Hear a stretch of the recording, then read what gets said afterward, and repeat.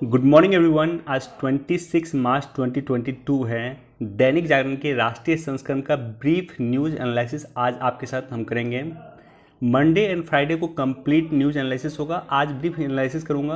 कुछ न्यूज़ आज का काफ़ी इम्पॉर्टेंट है। साथ ही साथ जिन लोगों ने हमारे टेलीग्राम को नहीं ज्वाइन किया है जाकर के ज्वाइन कर लीजिएगा, लिंक आपको डिस्क्रिप्शन में मिल जाएगा। वहाँ पे दैनिक जागरण के राष्ट्रीय संस्करण का पीडीएफ मैं प्रोवाइड करता हूं और इम्पॉर्टेंट न्यूज़ को इस तरह से टिक करके प्रोवाइड करता हूं ताकि इस न्यूज़ को आप लोग पढ़ लें। फर्स्ट पेज पे जो ये न्यूज़ है, ये न्यूज़ काफ़ी इम्पॉर्टेंट है। सुपर टेक के खिलाफ शुरू हुई दिवालिया प्रक्रिया। इम्पॉर्टेंट ये नहीं है कि किस कंपनी के खिलाफ दिवालिया प्रक्रिया शुरू हुई है, इम्पॉर्टेंट ये है कि आखिर दिवालिया प्रक्रिया होती क्या है। इम्पॉर्टेंट ये है कि दिवालिया प्रक्रिया के लिए भारत सरकार ने कौन सा कानून लाया। इम्पॉर्टेंट ये है कि इसके लिए कोई ट्रिब्यूनल है तो उस ट्रिब्यूनल भी आपके लिए इम्पॉर्टेंट है। अब देखिए दिवालिया प्रक्रिया होता है क्या। जैसे कंपनी मान लेते हैं एक कोई कंपनी है, इस कंपनी में अगर एम्प्लॉयज़ वगैरह हैं, 100 एम्प्लॉयज़ काम करते हैं, 200 एम्प्लॉयज़ काम करते हैं, ये कंपनी अपने एम्प्लॉयज़ को सैलरी तक देने में सक्षम नहीं है। तो ऐसे कंडीशन में ये कंपनी अपने आप को बंद करना चाहता है कि मैं अपने कंपनी को क्लोज करूँ, बंद करूँ।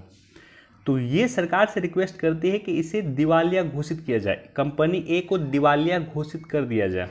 और कंपनी ए को अगर दिवालिया घोषित कर दिया जाता है तो उसके बाद एक इंसॉल्वेंसी प्रोफेशनल की नियुक्ति होती है। इंसॉल्वेंसी प्रोफेशनल कंपनी ए के जितने भी एसेट्स हैं उसको बेच करके जितने भी इन्वेस्टर हैं उसको पैसा दे देता है, जितने भी एम्प्लॉयज़ को सैलरी वगैरह बचा हुआ वो सारा का सारा दे देता है। ये काम होता है इंसॉल्वेंसी प्रोफेशनल का। तो ये दिवालिया प्रक्रिया का बेसिक इन्फॉर्मेशन है, बाकी डिटेल में आपको पढ़ने की आवश्यकता है। इकोनॉमिक्स का ये इंपॉर्टेंट टॉपिक है।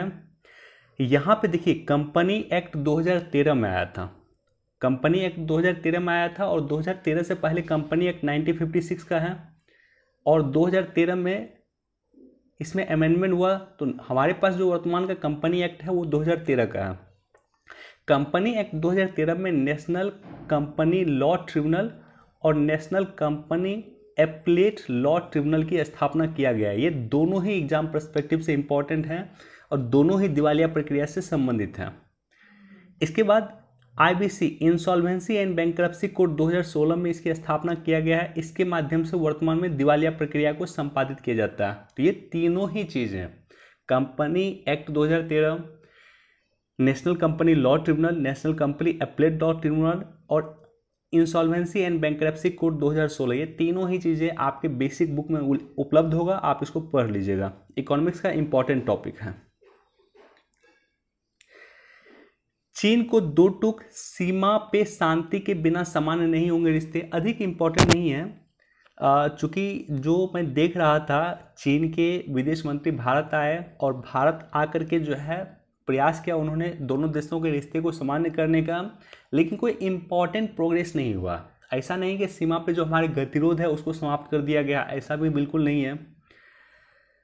बस 3 जो प्रस्ताव उन्होंने रखे हैं, चीन के विदेश मंत्री ने रखे हैं। पहला ये रखा है कि दीर्घकालीन लक्ष्यों के साथ द्विपक्षीय रिश्तों को आगे बढ़ाना, यानी लॉन्ग टर्म हमारा रिलेशन चीन के साथ बनना चाहिए, चीन का रिलेशन भारत के साथ बनना चाहिए, ये चीन की मांग है।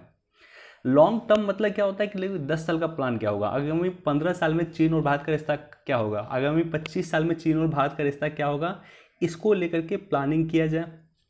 दूसरा है चीन का प्रस्ताव कि एक दूसरे के विकास का फायदा उठाया जाए, यानी हम चीन के डेवलपमेंट का फायदा उठाएं और चीन भारत के डेवलपमेंट का फायदा उठाएं। और तीसरा है बहुउद्देशीय प्रक्रियाओं में सहयोग व हिस्सा लिया जाए। तो ये 3 बातें चीन ने अपने प्रस्ताव में कहा है। बाकी इंडिया चाइना रिलेशन अपने आप में काफ़ी इंपॉर्टेंट है, सेपरेट वीडियो मैंने बनाया था, आप लोग देख लीजिएगा। अब देखिए ये न्यूज़ भी काफ़ी इंपॉर्टेंट है। भविष्य रोशन करेगा 60 मिनट का अंधियारा।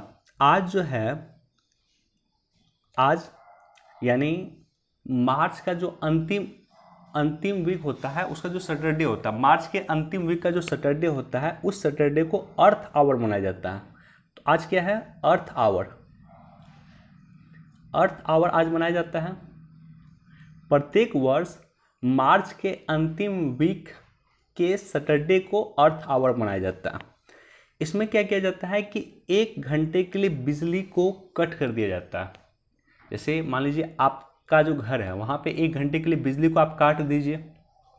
8:30 बजे रात से लेकर के 9:30 बजे रात तक बिजली को नॉर्मली काट दिया जाता है और विश्व को एक संदेश देने का प्रयास किया जाता है कि हमें अपने धरती को बचाए रखने की ज़रूरत है, हमें अपनी धरती को बनाए रखने की ज़रूरत है। World wide fund for nature WWF ये एक NGO है। इस NGO के द्वारा आज से 15 वर्ष पहले 2007 में अर्थ आवर की शुरुआत हुई थी। तो एक तो इम्पोर्टेंट आपके लिए ये भी है, वर्ल्ड वाइड फंड भी है, और अर्थ आवर क्या होता है ये भी आपके एग्जाम पर्सपेक्टिव से भी इम्पॉर्टेंट है। बाकी कोशिश कीजिएगा, दिल्ली में तो मैं देखता था कि अर्थ आवर के दिन जो है रात में 8:30 से 9:30 के बीच में लाइट लगभग हर जगह लोग अपने आप बंद कर देता था। अपने यहाँ जो भी लाइट चल रहा है, फैन चल रहा है, सबको रात में 8:30 से 9:30 के बीच में बंद कर देता था। बिहार में मैं इस तरह से नहीं देख रहा हूँ, लेकिन आप लोगों को इनिशिएटिव लेना चाहिए। आज अर्थ आवर है और इसको सेलिब्रेट करना चाहिए। विश्व में 190 से ज़्यादा देश में आज देखिएगा आप 60 मिनट का अंधियारा रहेगा, और ये स्वैच्छिक अंधियारा होता है। सभी लोग स्वेच्छा से अपने बिजली को कट कर देते हैं 8:30 से 9:30 के बीच में।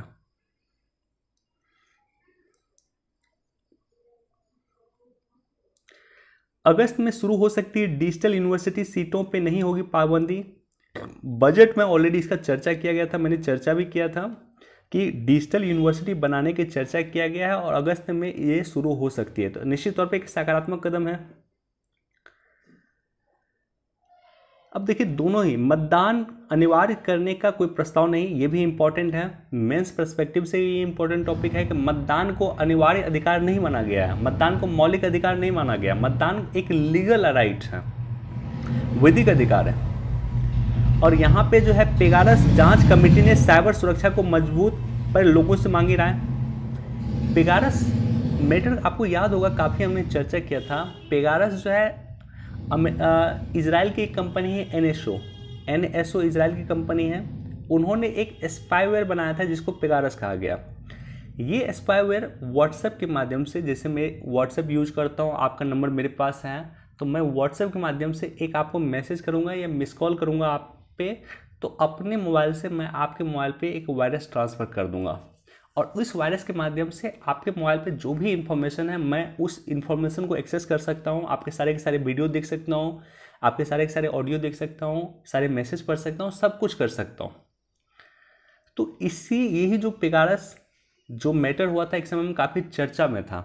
तो इसी को लेकर के माननीय सर्वोच्च न्यायालय ने एक समिति बनाया था, RV रविंद्रन समिति। याद रखिएगा, रविंद्रन समिति। ये माननीय सर्वोच्च न्यायालय के द्वारा एक समिति बनाया गया था। RV रविंद्रन पूर्व न्यायाधीश थे। ये समिति ने अपना रिकमेंडेशन दिया है और साथ ही साथ साइबर सिक्योरिटी को लेकर के लोगों की राय मांगी है कि आप राय दीजिए कि साइबर सिक्योरिटी को किस तरह से देश में मजबूत किया जाए।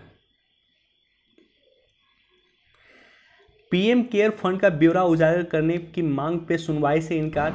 PM केयर फंड लगातार चर्चा में रहा था। कोरोना के समय में PM मोदी के द्वारा इसकी शुरुआत किया गया था। अब जो है कई सारे जो है लोग इस पर मांग कर रहे हैं कि PM केयर में जो पैसा आया, कहाँ से आया, कितना पैसा किसने दिया, और साथ ही साथ कहाँ पे गया है, इसकी जानकारी हमें दीजिए। मैटर सर्वोच्च न्यायालय में गया और सर्वोच्च न्यायालय ने इसकी सुनवाई से इनकार कर दिया। सभ्यता की विरासत को भावी पीढ़ियों तक पहुंचाना हमारा दायित्व। तो भारत भाग्य विधाता महोत्सव जो है नई दिल्ली में मनाया जा रहा है। केंद्रीय संस्कृति मंत्रालय के द्वारा इसे मनाया जा रहा है। बस ये बेसिक इन्फॉर्मेशन, ये वनडे एग्जाम वगैरह में पूछा जा सकता है।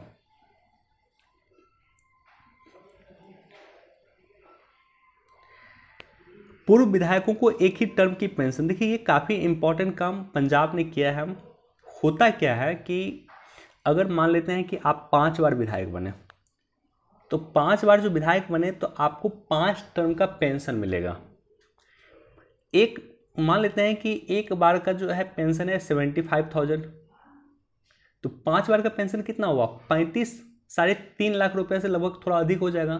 तो इतना प्रत्येक महीने आपको मिलेगा, और ये हर एक राज्य में, इनफैक्ट बिहार में, यूपी में, हर जगह ऐसा है। एक व्यक्ति अगर मान लेते हैं कि 6 बार का एमएलए बनता है तो 6 बार का उसको पेंशन मिलेगा। टोटल एक बार एमएलए बनने का लगभग 75,000 होता है और 6 बार एमएलए बनने का टोटल उसमें 6 से गुना कर दो। एक बार एक व्यक्ति मान लीजिए 6 बार एमएलए रहा है और 4 बार एमपी रहा है, तो 4 बार एमपी का उसको अलग से पेंशन मिलेगा। मान लीजिए एक बार एमपी बनने का पेंशन होता है 1 लाख रुपया, तो 4 बार एमपी बनने का 4 लाख रुपया इसका होगा और प्लस 6 बार एमएलए बनने का मान लेते हैं 3 लाख रुपया इसका होगा। तो इस तरह से उसको 7 लाख रुपये प्रत्येक महीने पेंशन मिलेगा। तो इसको पंजाब ने रोका और ये देश में हर जगह चल रहा है। देश में लगातार इसकी मांग भी उठती है, सिविल सोसाइटी इसकी मांग करती है कि इस तरह के प्रोविज़न को समाप्त किया जाए। तो पंजाब ने इसको समाप्त किया है कि आप 6 बार के एमएलए हो, 7 बार के एमएलए हो, 10 बार के एमएलए हो, आपको सिर्फ एक ही बार के एमएलए लाइक जो पेंशन होगा 75,000 रुपये वो आपको दिया जाएगा।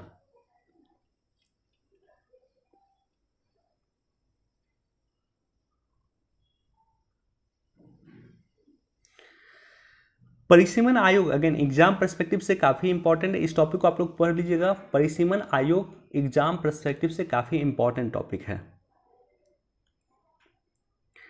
वैश्विक महंगाई संकट भारत अछूता नहीं है, इसको एक बार देख लीजिएगा। और साथ ही साथ देखिए क्रिप्टो करेंसी में सरकार 30% टैक्स लेगी, 30% टैक्स ऑन क्रिप्टो करेंसी, ये घोषणा बजट में किया गया था और उसी को देख रहे हैं लोकसभा ने अपनी मोहर लगा ली। अब क्रिप्टो करेंसी पे 30% टैक्स लगेगा। निर्यात को लेकर के यहाँ पे न्यूज़ दिया हुआ, निर्यात को लेकर के एक बहुत ज़बरदस्त डेवलपमेंट हुआ।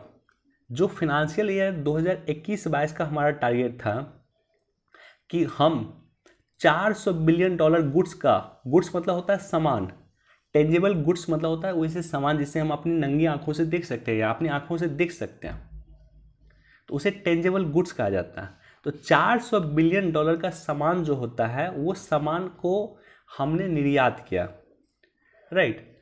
तो ये हमारा टारगेट था 2021-22 का और 2021-22 का फिनेंशियल ईयर जो है समाप्त होगा 31 मार्च को। तो 31 मार्च को फिनेंशियल ईयर समाप्त होगा और उससे लगभग 9 दिन पहले हमने ये टारगेट अचीव किया है। तो निश्चित तौर पे एक सकारात्मक कदम है। और साथ ही साथ क्वेश्चन ये पूछा जा सकता है कि नीति आयोग के द्वारा जो रैंकिंग जारी किया जाता है उसमें पहले स्थान पे महाराष्ट्र है और दूसरे स्थान पे गुजरात है सबसे अधिक एक्सपोर्ट करने के मामले में। बाकी इसको पढ़ लीजिएगा। वैश्विक चुनौतियों का आरबीआई बोर्ड में चिंतन।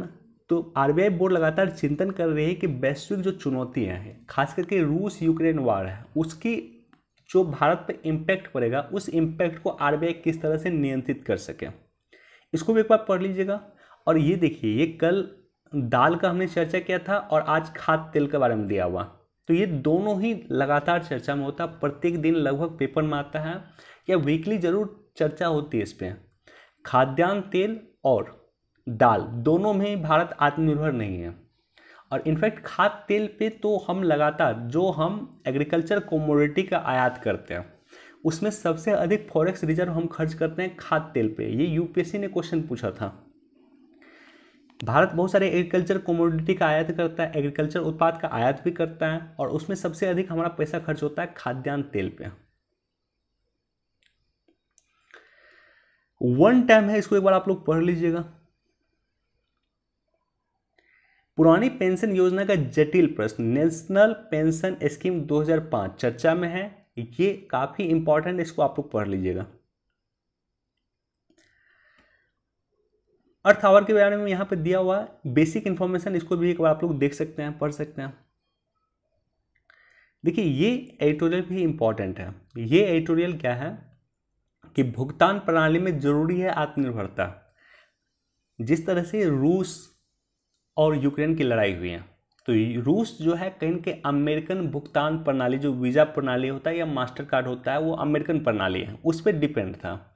तो ऐसे कंडीशन में काफ़ी परेशानी हुई। भारत को देखेंगे तो भारत का अपना पेमेंट सिस्टम है, तो भारत का अपना पेमेंट सिस्टम है, तो भारत भुगतान प्रणाली में आत्मनिर्भर है। जो हमारा भीम ऐप है या हमारा जो रुपे कार्ड होता है वो हमारा अपना खुद का पेमेंट सिस्टम है। रुपे कार्ड हमारा खुद का अपना पेमेंट सिस्टम है।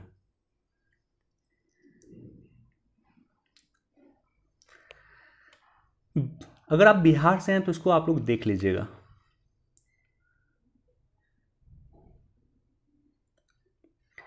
रूस ने रासायनिक हथियार इस्तेमाल किए तो जवाब देगा नाटो। ब्रसेल्स में नाटो का हेडक्वार्टर है, वहीं पे नाटो की समिट हो रहा है और उस समिट में जो है चर्चा हो रही है, अमेरिका ने कहा है। अब देखिए यहाँ पे इम्पोर्टेंट है ये एक पॉइंट, हंगरी नाटो का पार्ट, बावजूद इसके हंगरी ने इनकार किया है कि वो रूस से तेल और गैस खरीदेगा ही खरीदेगा। अब सोच कर देखिए, वैसा देश जो नाटो का पार्ट है, भारत भी रूस से तेल खरीद रहा है, भारत भी रूस से गैस खरीद रहा है, और हंगरी जो रूस के जस्ट बगल में है, नाटो का पार्ट है, यूरोपीय देश है, वो कह रहा है कि वो अपनी गैस का, प्राकृतिक गैस का 85% और अपनी तेल का 60% डिपेंड है रूस पे। इसलिए अगर रूस से ये तेल और गैस खरीदना बंद कर देगा तो उसकी अर्थव्यवस्था चौपट हो जाएगी। इसलिए हंगरी नाटो और यूरोपीय यूनियन का पार्ट होते हुए भी अमेरिका के बातों को दरकिनार करते हुए रूस से तेल और गैस खरीदना जारी रखेगा और साथ ही साथ किसी तरह का हथियार यूक्रेन को ये नहीं देगा। ये कहना है हंगरी के प्रधानमंत्री विक्टर ऑर्बन का। और सही बात है कि जब दो देशों के बीच में जो संबंध होता है बेसिकली, उसमें सबसे अधिक इंपॉर्टेंट होता है आपका हित, इंटरेस्ट।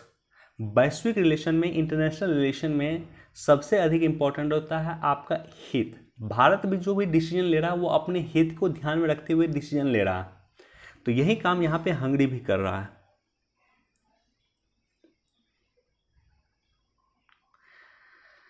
चलिए, इतना ही न्यूज़ था। वीडियो देखने के लिए आप सभी का धन्यवाद। इसको आप लोग पढ़ लीजिएगा, इसको एक बार आप पढ़ लीजिएगा। वीडियो देखने के लिए धन्यवाद। Thank you so much. Please do like, share and subscribe. Thank you so much.